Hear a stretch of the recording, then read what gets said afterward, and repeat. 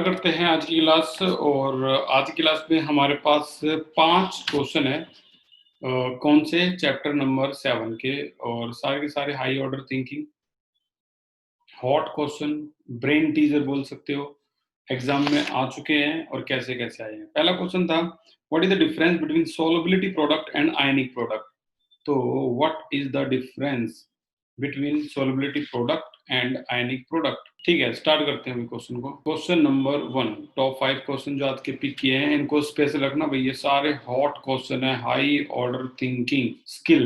What is the difference between solubility product and ionic product, इनमें क्या difference है? देखो, एक होता है सोलबिलिटी प्रोडक्ट, इसमें जैसे KSP को हमने रीड किया था, ये तो आपका सोलबिलिटी प्रोडक्ट है, सोलबिलिटी प्रोडक्ट। और एक जो हमने यूज किया था QSP, ये आयनिक प्रोडक्ट है, इसे बोलते हैं आयनिक प्रोडक्ट। जैसे वो रिएक्शन क्वेश्चन था, आपको याद होगा QSP, और ये है आपका KSP, ये है आपका सोलबिलिटी प्रोडक्ट। अब ध्यान से समझना इनमें डिफरेंस क्या है। भाई, सोलबिलिटी प्रोडक्ट होता है कि आपको जब तक इक्विलिब्रियम एस्टेब्लिश ना हो जाए ना, जब तक इक्विलिब्रियम एस्टेब्लिश हो जाए उसके बाद वाली जो KSP की वैल्यू है उसको आप बोलोगे सोलबिलिटी प्रोडक्ट, यानी ये इक्विलिब्रियम एस्टेब्लिश होने के बाद वाली वैल्यू है। आप बोल सकते हो इसके बारे में, it is the product of concentration of ions of the electrolyte each raise to some power, definition में लिखा था, raised to some power which is equal to their stoichiometric coefficient in saturated solution। यानी यहाँ saturated solution आना जरूरी है। ठीक है, सैचुरेटेड सॉल्यूशन क्या होता है? जिसमें ज्यादा अमाउंट में आपका क्या, इलेक्ट्रोलाइट जैसे आयंस हैं वो डिसॉल्व नहीं होते। अगर एक बार सॉल्यूशन बन गया तो उस सॉल्यूशन बनने के बाद जो KSP आप निकाल रहे हो, सैचुरेटेड सॉल्यूशन बनने के बाद जो KSP निकाल रहे हो, उसको बोलते हैं सोलबिलिटी प्रोडक्ट। आयनिक प्रोडक्ट क्या होती है? इसमें सैचुरेटेड सॉल्यूशन बनने तक का कोई वेट नहीं करते। सैचुरेटेड सॉल्यूशन बन भी गया और आयन डाल रहे हैं उसके बाद भी, तो बताओ क्या होगा? Raise your hand. Saturated solution बन चुका है, उसके बाद और भी आयन उसमें डाल रहे हैं, तो बताओ क्या होगा? मुझे वही वर्ड सुनना है।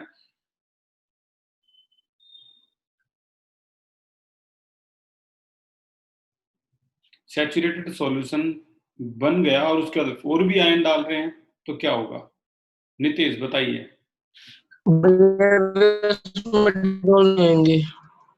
भाई वो डिजोल्व नहीं होंगे और उसका क्या बन जाएगा? आंसर है PPT। तो वो क्या फॉर्म करेंगे? PPT फॉर्म कर देंगे वो। ठीक है ना? तो हैं क्या PPT, और जैसे ही PPT फॉर्म होगा तो वो आपको दिख जाएगा। तो इसकी डेफिनेशन क्या है? It is the product of concentration of ions of the electrolyte with each raised to some power which is equal to their stoichiometric coefficient। अब तक तो सेम है वही definition. In A solution at any concentration, यहाँ concentration fix नहीं है, eight any concentration. तो ये पहला डिफरेंस था। ये सैचुरेटेड सॉल्यूशन पे है, ये कोई भी कंसंट्रेशन हो। तो सोचो, कभी भी आपकी आयनिक प्रोडक्ट की वैल्यू अगर मान लो ज्यादा आती है तो इसका मतलब PPT हो रहे हैं, सेटल डाउन। और आगे देखते हैं, application applicable only for saturated solution. इस पे साफ साफ लिखा गया है applicable only for saturated solution. ये सैचुरेटेड सॉल्यूशन के लिए एप्लीकेबल है, लेकिन इस पे क्या लिखा गया है? Applicable to all type of solution at any concentration. Applicable to all type of solution, किसी भी सॉल्यूशन, तरह के सॉल्यूशन के लिए एप्लीकेबल है। तीसरा डिफरेंस क्या है? It has constant value. सभी को पता है हर सॉल्यूशन में अगर सैचुरेटेड सॉल्यूशन बन गया है हर सॉल्यूट सॉल्वेंट पे, तो उसकी वैल्यू क्या है? Constant value at a particular temperature. You know very well. जैसे चीनी है, पानी है, आपको पता है 25 डिग्री टेम्परेचर पर 2 या 3 चम्मच चीनी ही घुलेगी। पता है आपको प्रॉपर कितनी घुलेगी? 3 चम्मच। चलो 3 चम्मच तो ऐसे गंवारों की लैंग्वेज होगी, हम ऐसे बोलते हैं कि 25 डिग्री सेल्सियस पर एक गिलास पानी में, जिसका मेजरमेंट आपने ले रखा है 100 ml पानी में, सिर्फ और सिर्फ कितनी? 8 ग्राम शुगर ही डिजोल्व होगी। तो क्या बन जाएगा? इसकी वैल्यू क्या है? कांस्टेंट है। लेकिन यहाँ पे नंबर 4 जब ये देखना ही नहीं सैचुरेटेड सॉल्यूशन है तो ये वैल्यू क्या होती है, कांस्टेंट होती है इसकी आयनिक प्रोडक्ट की? नहीं, ये कोई कांस्टेंट नहीं होती। तो यहाँ हम लिखेंगे it's value is not constant, यहाँ कोई कांस्टेंट वैल्यू नहीं होती। तो ये हो गया आपका पहला क्वेश्चन खत्म, आयनिक प्रोडक्ट और सॉल्युबिलिटी प्रोडक्ट।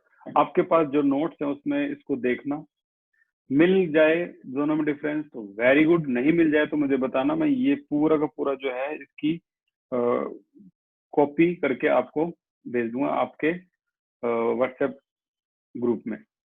पहला क्वेश्चन खत्म। अब बताइए किसी का कोई भी क्वेश्चन हो तो। यस मिस्टर अर्णव बताइए। सर सानिध्य कह रहा था वो डिस्कनेक्ट हो गया। ओके ओके ओके, चलो ठीक है, वो हो गया कनेक्ट अब। ओके, तो पहला होता है ये खत्म, और आगे चलते हैं नंबर 2 पे।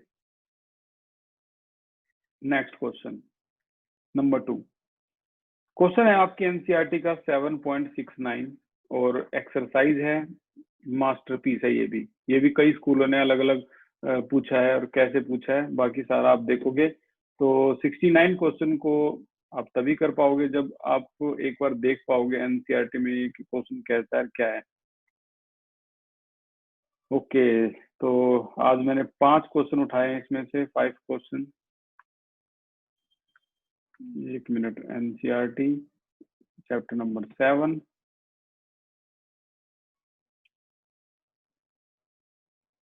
और ये है आपकी एक्सरसाइज का 69।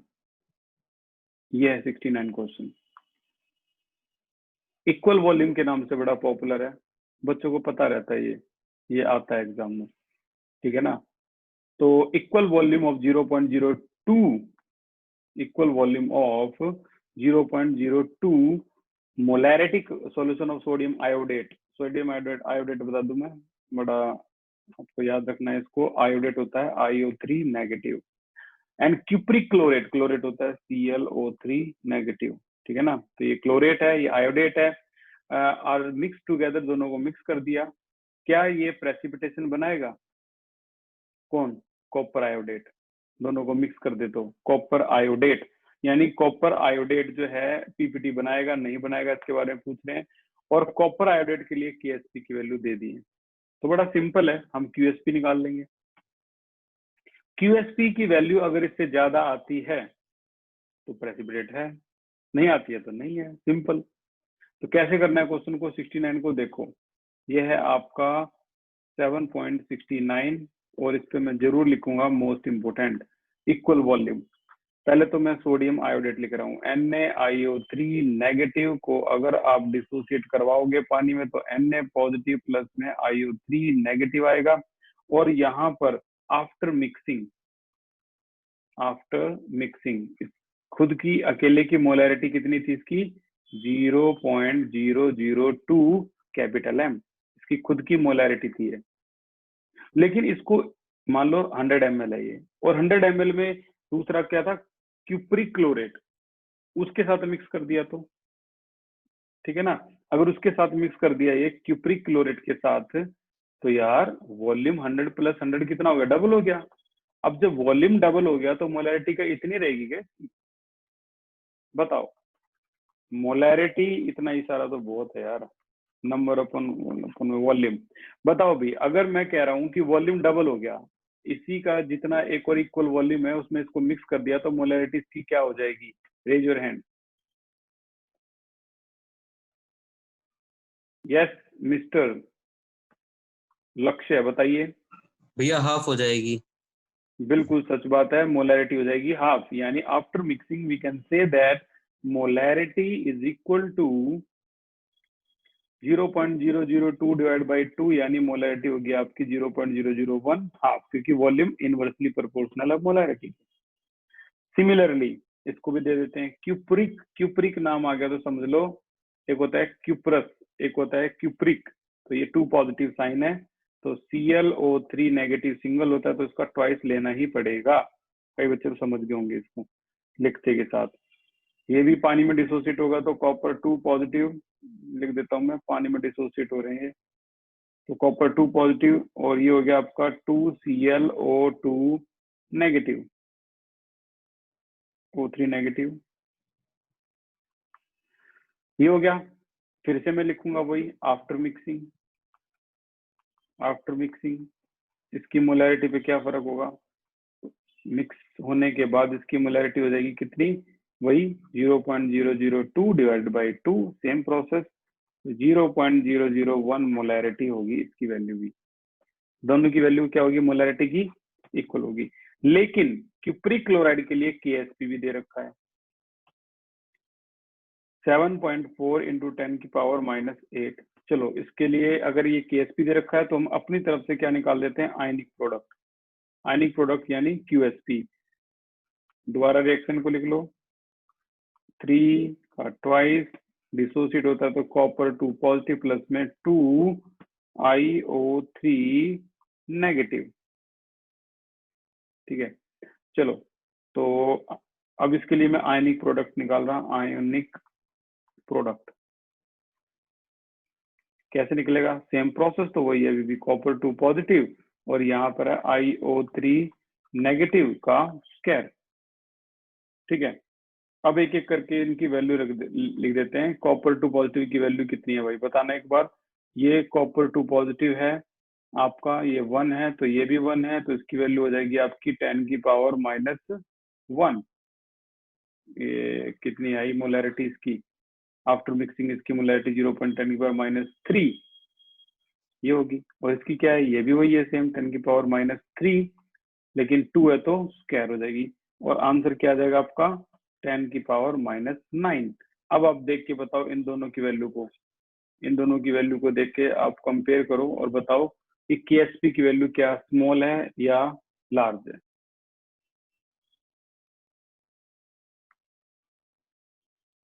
शशांक बताइए।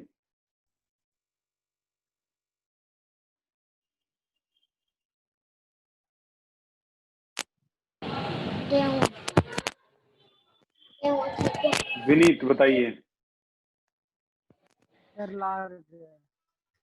KSP की वैल्यू साफ साफ पता लग रहा है ज्यादा है तो हम कहेंगे KSP is greater than QSP।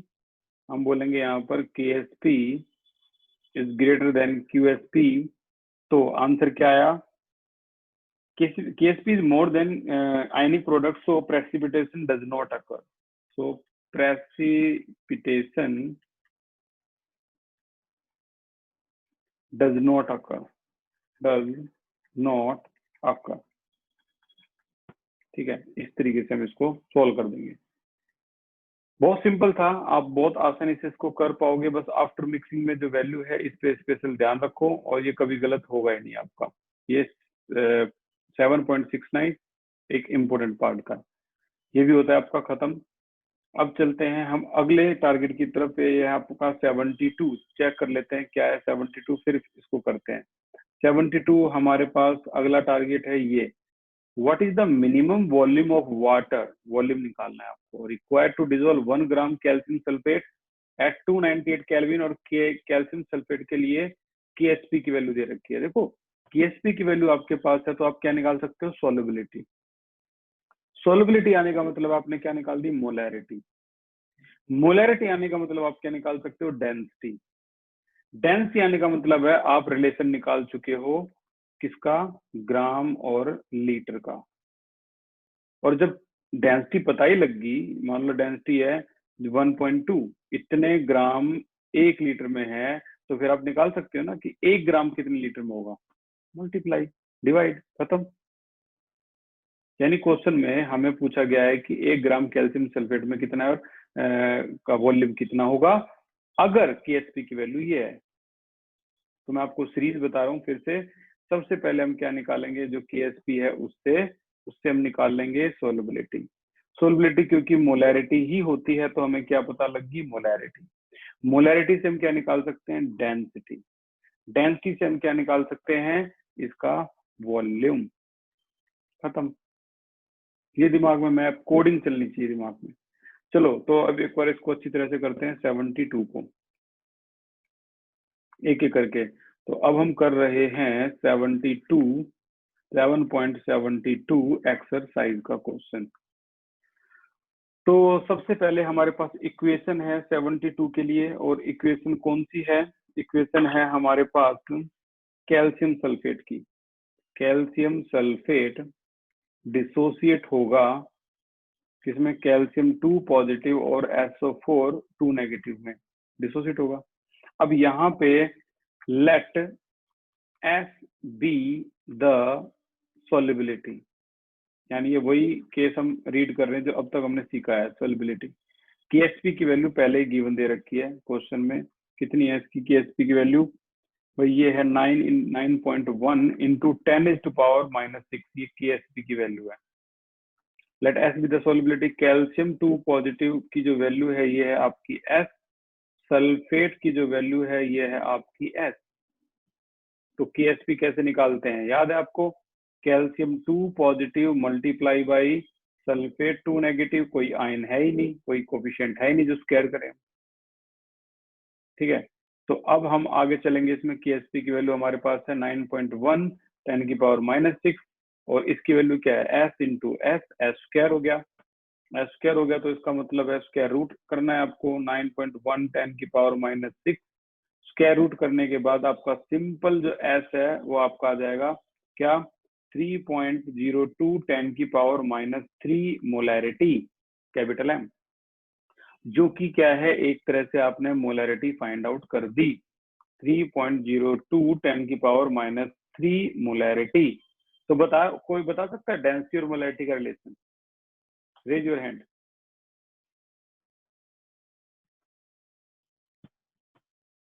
Density और मोलैरिटी का रिलेशन क्या कोई बता सकता है?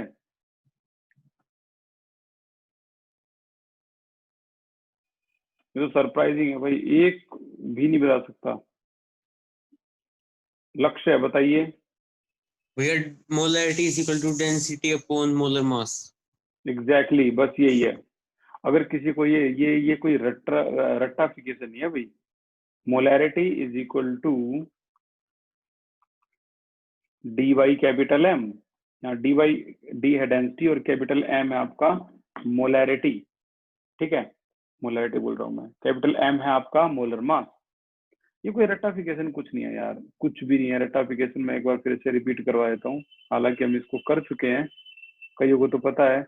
डेंसिटी नॉर्मली होता है मास इन ग्राम अपॉन में volume dividing by capital M on both side. तो ये हो गया आपका कैपिटल एम यानी मोलर मास।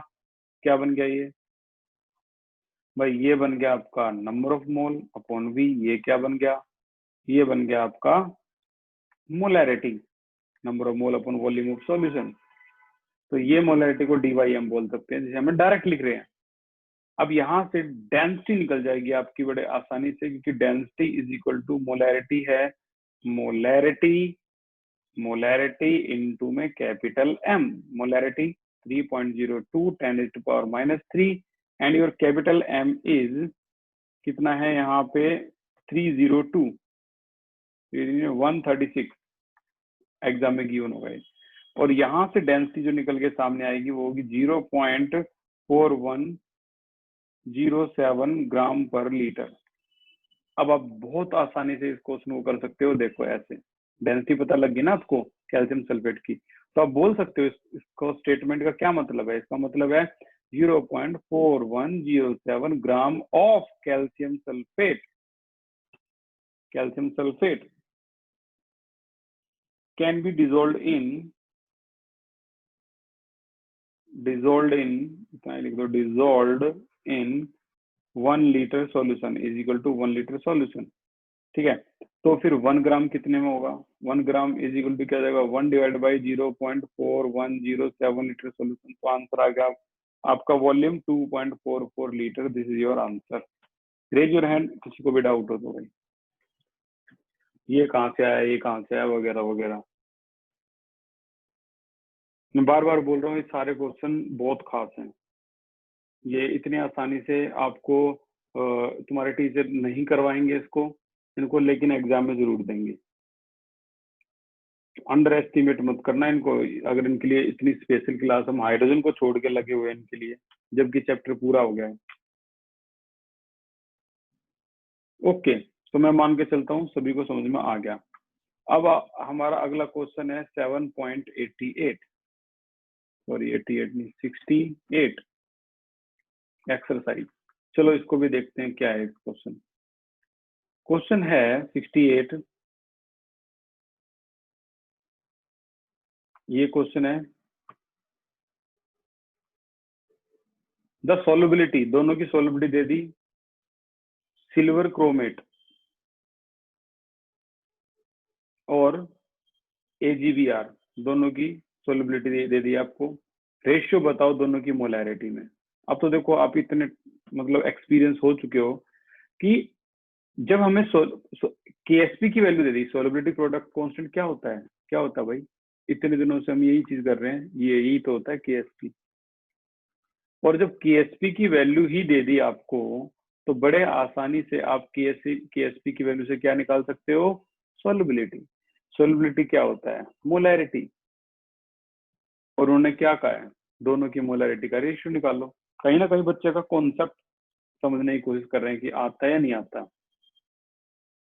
तो इससे भी हम सॉल्युबिलिटी निकाल लेंगे, यानी मोलैरिटी निकालेंगे, इससे भी निकालेंगे, दोनों को डिवाइड कर देंगे, आ गया मोलैरिटी रेशियो। तो 68 क्वेश्चन को हम कुछ ऐसे करेंगे, दोनों का जो मोलैरिटी है वो बड़े आसानी से निकाली जा सकती है और उसको हम बड़े आसानी से ऐसे कर सकते हैं। देखो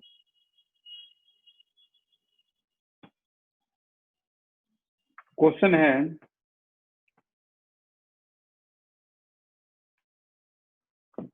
जस्ट ए मिनट।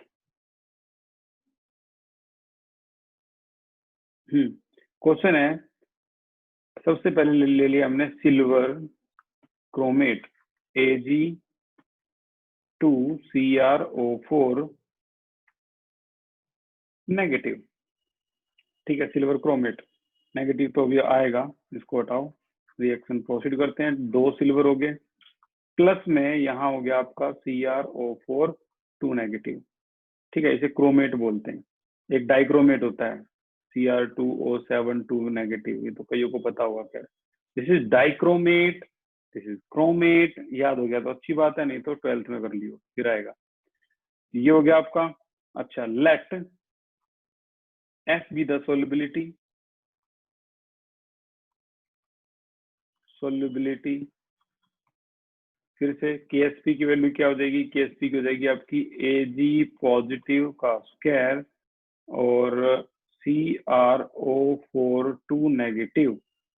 ठीक है, अब इसको देखो एस बी सॉल्युबिलिटी को अगर आप लिख लेते, Ag पॉजिटिव क्या है आपका 2s है और ये है CrO4 2 नेगेटिव, इसलिए कहते हैं स्टेप बहुत इंपॉर्टेंट है, एस है। तो अब आसान लगता है, 2s का स्क्वायर, यहाँ हो गया आपका s is equal to KSP की वैल्यू दे रखी है क्वेश्चन में कितनी?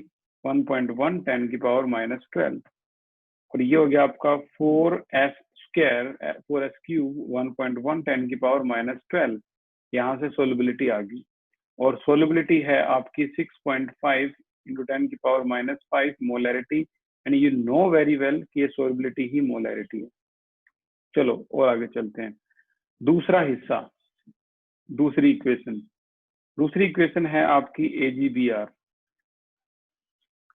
Will form Ag positive plus में Br नेगेटिव। यहाँ भी वही let S be the solubility. ये स्टेप अगर आप पूरे कर लो तो गलती नहीं होगी, ठीक है, नहीं तो सोल्युबिलिटी प्रोडक्ट में गलती होगी। तो Ag पॉजिटिव आप क्या लिखोगे यहाँ पर? S, और Br नेगेटिव को क्या लिखोगे यहाँ पर? ये भी S हो गया। तो KSP को क्या लिखोगे आप यहाँ पर? Ag पॉजिटिव का स्क्वायर, सॉरी Ag पॉजिटिव और Br नेगेटिव। यहाँ KSP की वैल्यू जो है वही आपको फाइंड आउट करनी है, गिवन है, सॉरी KSP है आपका कितना? 5.010 की पावर -13। ये है आपका S इंटू एस यानी S square, this is S square, और ये है आपका 5.0 इंटू 10 टू पावर -13 और S की वैल्यू यहाँ से निकल जाएगी कितनी?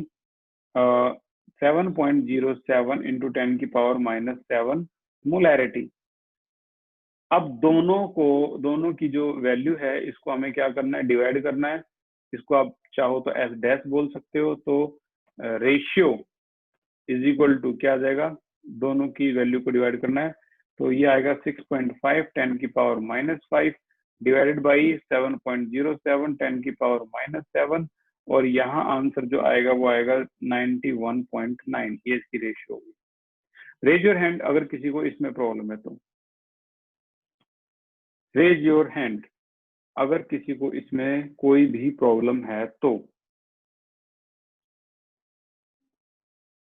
ओके, तो अब हम चलते हैं एक नए उसमें, लास्ट क्वेश्चन में नंबर 4 पे। एक नया सेक्शन और ले लेता हूं मैं इसको।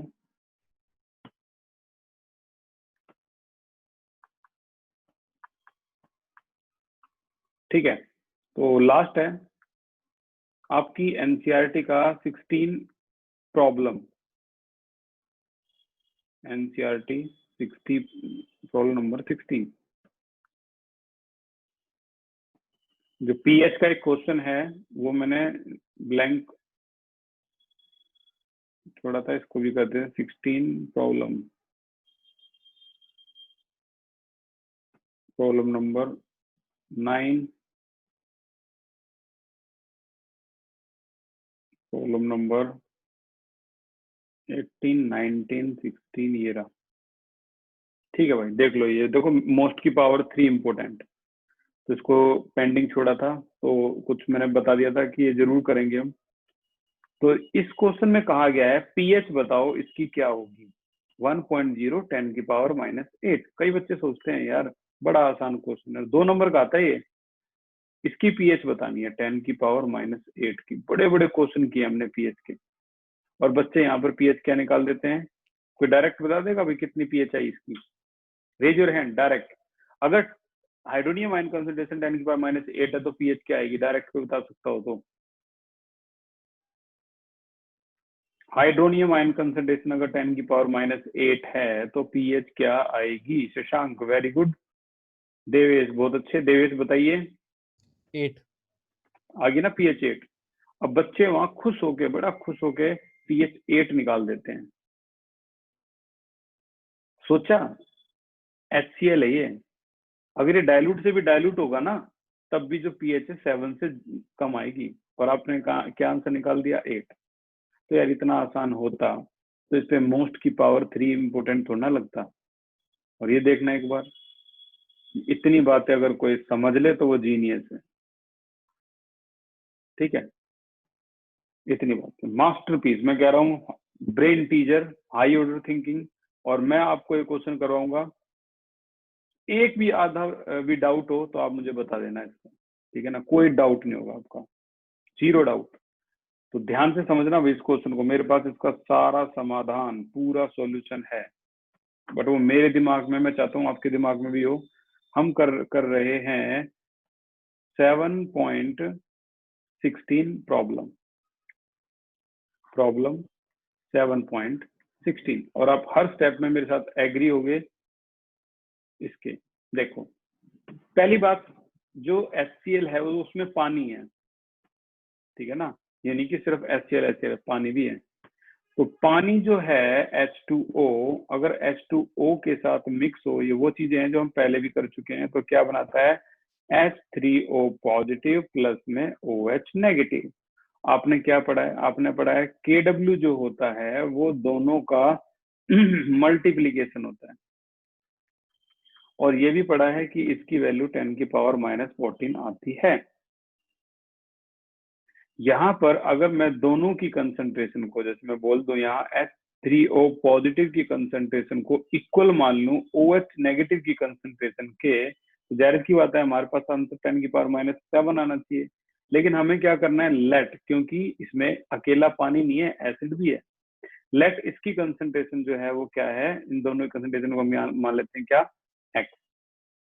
अब क्वेश्चन का दूसरा हिस्सा शुरू होता है। मैं पहले इसको रिपीट करवा देता हूँ। देखो, ये सारे इन्होंने करा है।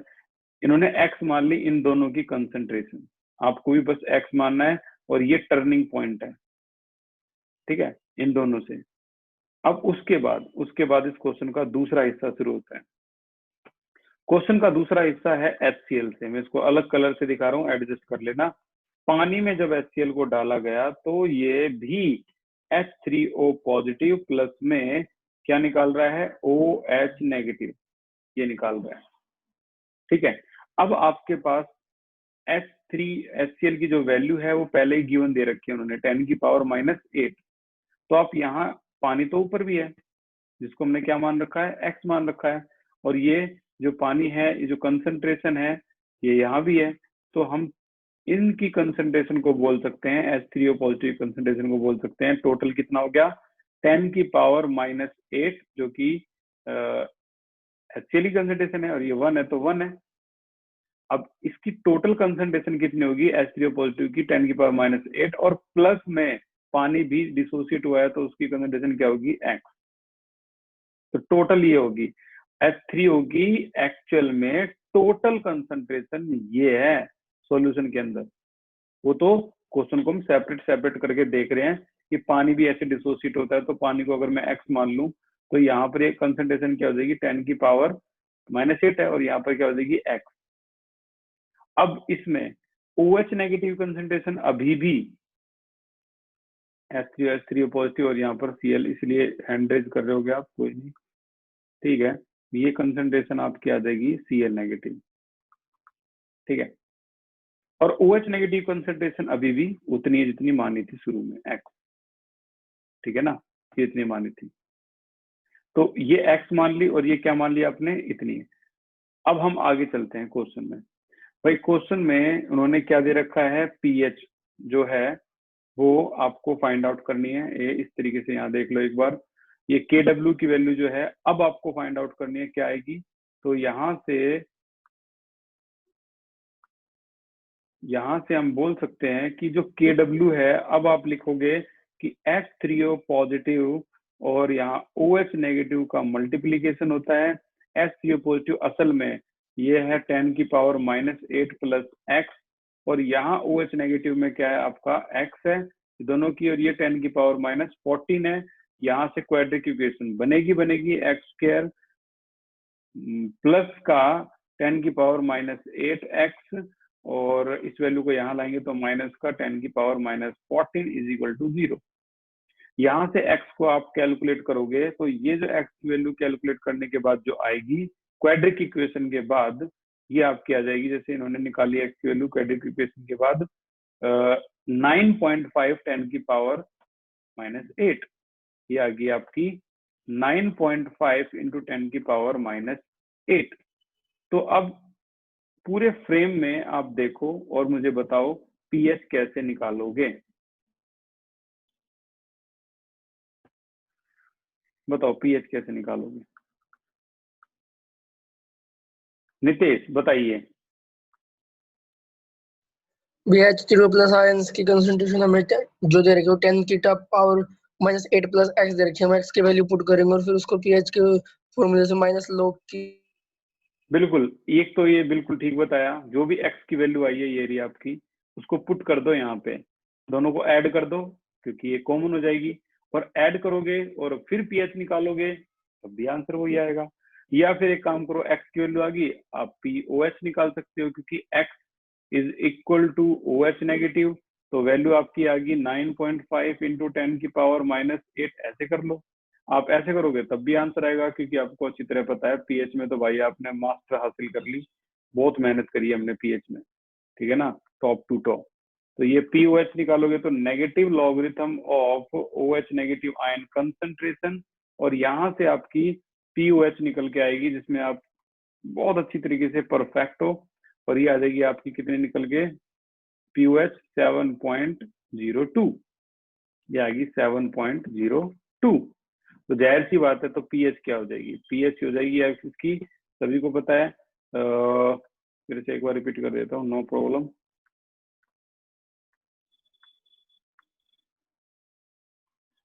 ये देखो pH क्या है, pH प्लस में POH इज इक्वल टू 14। अब यहाँ से POH की वैल्यू जो है वो 7.02 है, ये 14 है, और यहाँ से हम आसानी से pH निकाल सकते हैं जो कि आएगी आपकी 6.98, जो कि 7 से कम है, और ये रिप्रेजेंट करता है, ये एसिड है। किसी के भी दिमाग में अगर कुछ भी चल रहा है, कोई भी डाउट चल रहा है तो पूछ लो, क्योंकि ये क्वेश्चन कोई छोटा मोटा क्वेश्चन नहीं है, मैं बार बार बता रहा हूँ आपको, ये क्वेश्चन कोई छोटा मोटा क्वेश्चन है ही नहीं। और कई जितने भी स्कूल है ना आपके, अब देखना कितने स्कूल इस क्वेश्चन को देंगे। करवा तो मैंने दिया, 2 मार्क्स का आता है, ये बड़ा पॉपुलर। एक डाउट आया है भाई शशांक, बताइए शशांक क्या डाउट है आपका?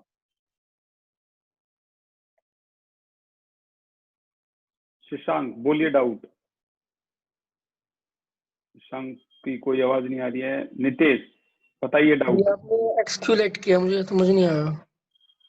अच्छा, ये उन्होंने पूछा ये x क्यों माना, तो फिर मैं क्या मान लूं? क्या मैं इसको 10 की पावर -7 मान लूं, क्योंकि दोनों तो बराबर है। बराबर है तो इसको अगर मैं यहाँ लिखता हूँ तो आंसर 10 की पावर -7 आ जाएगा। यहाँ पर ये इसको लिया किस लिए? एक्स के ऊपर जो आपने करा है मुझे वो समझ नहीं आया। ऊपर वाला हिस्सा, ये HCl + H2O से ऊपर वाला हिस्सा। हाँ मैं वही बता रहा हूँ, एक बार सुनना जरा ध्यान से जो मैं बोल रहा हूँ। भाई देखो, पहला जो डाउट आया वो ये है कि है ना ये x क्यों माना है, और HCl वाला जो हिस्सा हम कर रहे थे, HCl वाला जो हिस्सा हम कर रहे थे, तो मैं उसको करने की जरूरत क्यों पड़ गई? HCl तो पानी में डाला है ना, और ये आ गया। लेकिन अगर हम इसको ऐसे करते हैं, नॉर्मली अगर हम इसको ऐसे करते हैं तो 1 पार्ट ऑफ HCl इक्वल हो जाएगा 1 पार्ट ऑफ H3O। ठीक है, यानी आपकी जो कंसंट्रेशन है वो 10 की पावर -8 हो जाएगी, और वो HCl की और इसकी बराबर होगी, तो जाहिर सी बात है H3O की पॉजिटिव की पावर भी वही हो जाएगी जैसे अभी तक हमने इतने क्वेश्चन किए।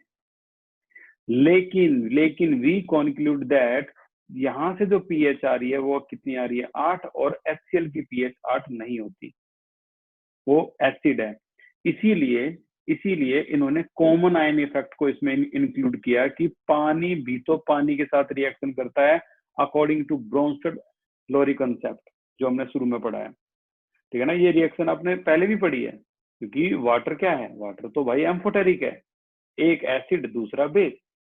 तो वाटर के साथ भी रिएक्शन कर रहा है इस क्वेश्चन में, और वाटर एसिड के साथ भी रिएक्शन कर रहा है। अब वाटर के साथ रिएक्शन कर रहा है तो हमने ये कंक्लूजन निकाला। कई बच्चे ये भी कहते हैं सर ये दोनों तो बराबर वैल्यू है, इनको यहाँ रखो, ठीक है ना, और 10 की पावर -7 आ गई। भाई मैं कैसे H3O को बराबर रख के यहाँ रख दूं? H3O तो एक तो वाटर को वाटर के साथ रिएक्ट करने में निकल रहा है, और एक H3O पॉजिटिव निकल रहा है वाटर को HCl के साथ रिएक्ट करने में। तो कुल मिला के H3O एक थोड़ी ना है, एक यहाँ निकल रहा है, एक यहाँ निकल रहा है, 2 निकल रहा है, तो कैसे मैं इसको 10 की पावर -7 मान लूं? इसीलिए इन्होंने मजबूरन इस H3O पॉजिटिव को X माना शुरू में ही, ये X है। और क्योंकि रिएक्शन ये भी है तो एक और H3O पॉजिटिव आ गया। तो अब इसकी जो भी कंसंट्रेशन है 10 की पावर -8, उसमें वो वाली X की वैल्यू जो ऊपर पानी से निकली थी वो भी ऐड कर दो, क्योंकि कॉमन आयन है, you know very well about it. और ये X तो पहले से था, OH का कोई चक्कर नहीं है, क्योंकि यहाँ OH नहीं निकाल रहे, तो X है। नॉर्मली KW के फॉर्मूले में हमने पुट किया, X की वैल्यू आ गई। तो जैसे X आ गई तो इसका मतलब आपका ये नहीं कि उठा के मुंह और तुम कर दो X आ गई भाई हमारी तो ये भी आएगी, नहीं, वो तो हमने मानी है। असल में वैल्यू X की और X + 8 की ये है रियल वैल्यू, ये X की वैल्यू ये है OH, और X की वैल्यू यहाँ रख दो, H3O पॉजिटिव आ जाएगी। तो अगर आप इसमें पुट भी करते हैं ना, इसकी वैल्यू जो भी X की वैल्यू आई है, अगर आप इसमें पुट भी करते तब भी आपका आंसर यही आता। ठीक है, अगेन अगर किसी को कोई प्रॉब्लम हो तो भाई हैंड रेज करो, ये क्वेश्चन मास्टरपीस है, आएगा, और ये समझ के कर लो, नहीं तो वहां पर रट के करके आना पड़ेगा, करना तो पड़ेगा, 12th में जाना है तो। Raise your hand if you have any doubt. हंस के कर लो, रो के कर लो, करना तो है ये क्वेश्चन, क्योंकि ये एग्जाम में आएगा।